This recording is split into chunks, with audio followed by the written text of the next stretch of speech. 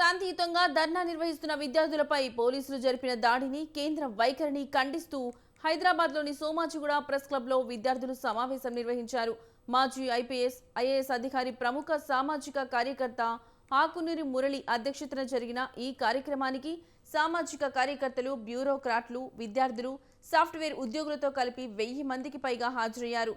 సామాజిక కార్యకర్త సోనం వాంగ్చుక్ చేపడుతున్న న్యాయ పోరాటానికి తామంతా పూర్తి స్థాయిలో బాసటగా నిలుస్తామని విద్యార్థులు చెప్పారు. ప్రజాస్వామ్యాన్ని కాలరాస్తున్న ఏ ప్రభుత్వానికైనా బుద్ధి చెప్పే అసలైన శక్తి ఒక్క యువతలోనే ఉందని ఆకునూరి మురళి తెలిపారు. కేంద్ర ప్రభుత్వం ఇప్పటికైనా తమ తప్పులను తెలుసుకొని యువత భవిష్యత్తును నాశనం చేయకుండా నిర్ణయాత్మకమైన ప్రయత్నాలు చేయాలని ఆయన హితవు పలికారు. ఇలాంటి దినం ఏదైతే విద్యార్థుల పట్ల ప్రశాంతంగా చేస్తున్న ధర్నా పైన పోలీసు ఉక్కుపాదం తొక్కి వాళ్ళ మీద హింసాత్మక కాండ చర్యలు తీసుకోవటం అనేది దౌర్భాగ్యమైన పరిస్థితి. మనకి సెక్షన్ 163 అమలు ఎప్పుడు పెట్టాలి? ఏదైనా అత్యవసర పరిస్థితుల్లో పెట్టాలి. వాళ్ళు శాంతియుతంగా ప్రొటెస్ట్ చేస్తుంటే సెక్షన్ 163 పెట్టి అమాయకమైన పిల్లల్ని ఇలా దారుణంగా కొట్టమని తీవ్రంగా వ్యతిరేకించాలి. వెంటనే ధర్మేంద్ర ప్రధాన్ గారిని రాజీనామా చేయాలని మేము అన్ని సామాజిక కార్యకర్తల సంఘం తరఫున కోరుకుంటున్నాం. నీట్ అనేది షీల్డ్ కవర్లో వచ్చే ఒక పేపర్ అండి. అది కాంగ్రెస్ జనతా పార్టీ కాదు, ఎవరి వల్ల కూడా కాదు, ప్రభుత్వంలో ఉన్న వాళ్ళ వల్లనే అవుతుంది.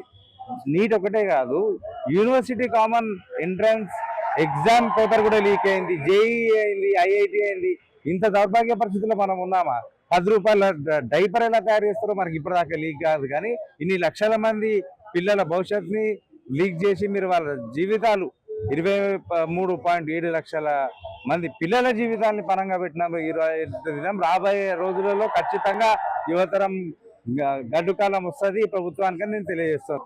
జంతర్ మంతర్ లో జరిగినటువంటి ఒక విధ్వంస కాండ ఏదైతే ఉందో, విద్యార్థుల పట్ల చాలా చాలా చాలా ఒక రాక్షసుల్లాగా లాఠీలు పట్టుకొని వాళ్ళ ప్రైవేట్ భాగాల మీద కూడా తన్ని నిరసన తెలపడానికి, ఎందుకనంటే దాదాపు కొన్ని 10ల సంఖ్యలో విద్యార్థులు ఆత్మహత్య చేసుకున్నారు. నీట్ పరీక్షకు సంబంధించినటువంటి స్కామ్ గురించి, ప్రభుత్వం అకౌంటబిలిటీ గురించి మాట్లాడకుండా, ధర్మేంద్ర ప్రసాద్ రాజీనామా గురించి మాట్లాడకుండా, కేవలం ఇక్కడ ఉద్యమానికి వచ్చినటువంటి విద్యార్థులందరినీ కూడా లాఠీలను బట్టి కొట్టి వాళ్ళందరి రక్తం కళ్ళ చూశారు అని అంటే ఏమనుకోవాలి ప్రభుత్వాన్ని?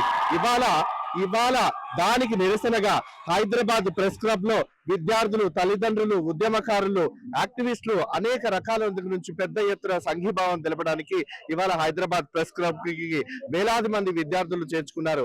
అక్కడ జరిగినటువంటి హింసాకాండ ఏదైతే సోషల్ మీడియాలో దేశమంతా కూడా చూసిందో నివ్వెరపోతా ఉంది, నిసిగ్గుపడతా ఉంది. దేశ యువత మన దేశానికి వెన్నెముకలాగా ఉండాల్సినటువంటి సందర్భంలో ఇవాళ యువత మీద ఉక్కుపాదం లేపి వాళ్ళ నెక్తురు చూడాలనుకుంటున్నటువంటి ఈ బీజేపీ ప్రభుత్వం ఏదైతే ఉందో, తక్షణమే నరేంద్ర మోడీ గారు రాజీనామా చేయాలి, ధర్మేంద్ర ప్రసాద్ రాజీనామా చేయాలి. సో మేము ఇక్కడ ఉన్నది సైలెంట్ ప్రొటెస్ట్ చేయడానికి. ఎడ్యుకేషన్ మినిస్టర్ రిజైన్ చేయాలి. ఎడ్యుకేషన్ సిస్టమ్ ఇండియాలో అసలు చాలా వర్స్ట్ సిచ్యువేషన్ లో ఉంది.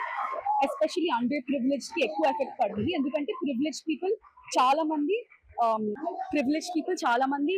ఇంటర్నేషనల్ స్కూల్స్ లో, CBSE లో చదువుతారు. కానీ అండర్ ప్రివిలేజ్ మాత్రం గవర్నమెంట్ స్కూల్స్, స్టేట్ స్కూల్స్ లో చదువుతారు. వాళ్ళు కష్టపడి చదువుకుని గవర్నమెంట్ ఎగ్జామ్స్ కి ప్రిపేర్ అయ్యి, నీట్, జేఈ అలాంటి ఎగ్జామ్స్ కి ప్రిపేర్ అయ్యి ఎగ్జామ్ పేపర్ లీక్ అయితే ఆబ్వియస్లీ అందరికి ఎఫెక్ట్ పడుతుంది.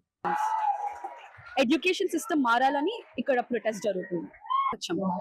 అవును, ఎడ్యుకేషన్ మినిస్టర్ రిజైన్ చేయాలి. బికాస్ ఇది ఫస్ట్ టైం కాదు పేపర్ లీక్ అవ్వడం, ఆల్రెడీ ఇప్పుడు 2 times లీక్ అయింది. నిన్న ఢిల్లీలో జరిగింది చాలా బ్రూటల్. అసలు అలా జరగడం గవర్నమెంట్ కి తెలుసు.